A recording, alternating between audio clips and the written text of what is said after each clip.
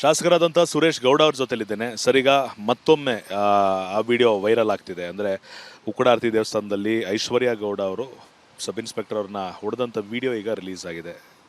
ಮೊದಲನೇದಾಗಿ ಏನು ಹೇಳ್ತೀರಾ ಸರ್ ಅದ್ರ ಬಗ್ಗೆ? ನಾನೊಂದು ವಾರದಿಂದನೇ ಅದನ್ನು ಹೇಳಿದ್ದೇನೆ, ಸಾರಿ ಅಂತ ಹೇಳಿದ್ದಾರೆ. ನನ್ನ ಮಗಳು ಸಾರಿ ಹೇಳಿದ್ದಾಳೆ. ದೇವಸ್ಥಾನದಲ್ಲಿ ಆಗಬಾರ್ದಾಯ್ತು ಘಟನೆ, ಅದು ನಡೆದೋಯ್ತು. ಯಾಕೆಂದರೆ ಅವತ್ತು ನನ್ನ ಚಿಕ್ಕ ಮಕ್ಕಳನ್ನ ನನ್ನ ಮಗಳು ದೇವಸ್ಥಾನಕ್ಕೆ ಕರ್ಕೊಂಡು ಹೋಗಿದ್ಲು. 2 ಮಕ್ಕಳು, ಚಿಕ್ಕ ಮಕ್ಕಳು, ಒಂದು 3 ವರ್ಷ, ಒಂದು 4 ವರ್ಷ. ಅವೆರಡಕ್ಕೂ ಅಮ್ಮ ಬಂದುಬಿಟ್ಟಿತ್ತು ಮೈಯಲ್ಲಿ.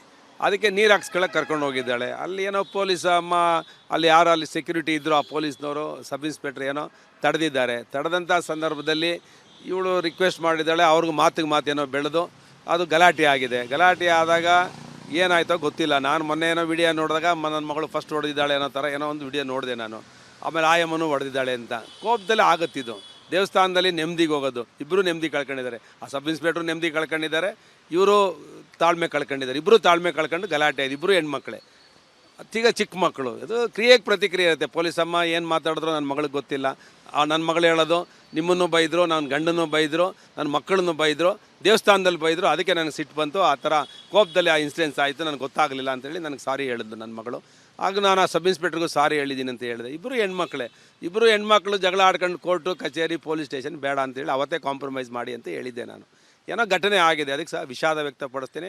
FIR ಐಶ್ವರ್ಯ ಗೌಡ ಅವ್ರ ಮೇಲೆ ಆಗಿದೆ. FIR ಆಗಲಿ, ಕಾನೂನು ಪ್ರಕಾರ ತಪ್ಪೇ ಅಲ್ಲ. ಯಾರೋ ಕಾನೂನನ್ನ ಕೈಗೆ ಎತ್ಕೋಬಾರ್ದಲ್ಲ, ಎಷ್ಟೇ ದೊಡ್ಡವರಾದರೂ ಕಾನೂನು ಕೈಗೆ ಎತ್ಕೋಬಾರ್ದಲ್ಲ.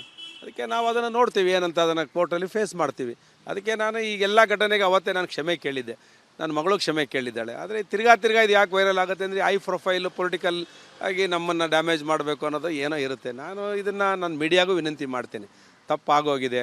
ಇಬ್ಬರು ಹೆಣ್ಮಕ್ಳು, ಪೊಲೀಸ್ ಸಬ್ ಇನ್ಸ್ಪೆಕ್ಟ್ರು ಹೆಣ್ಮಗಳು, ಆಕೆಗೂ ಭವಿಷ್ಯ ಇದೆ. ನನ್ನ ಮಗಳು ಕೂಡ ಒಬ್ಬಳು 2 ಮಕ್ಕಳಿರೋವಂಥವಳು.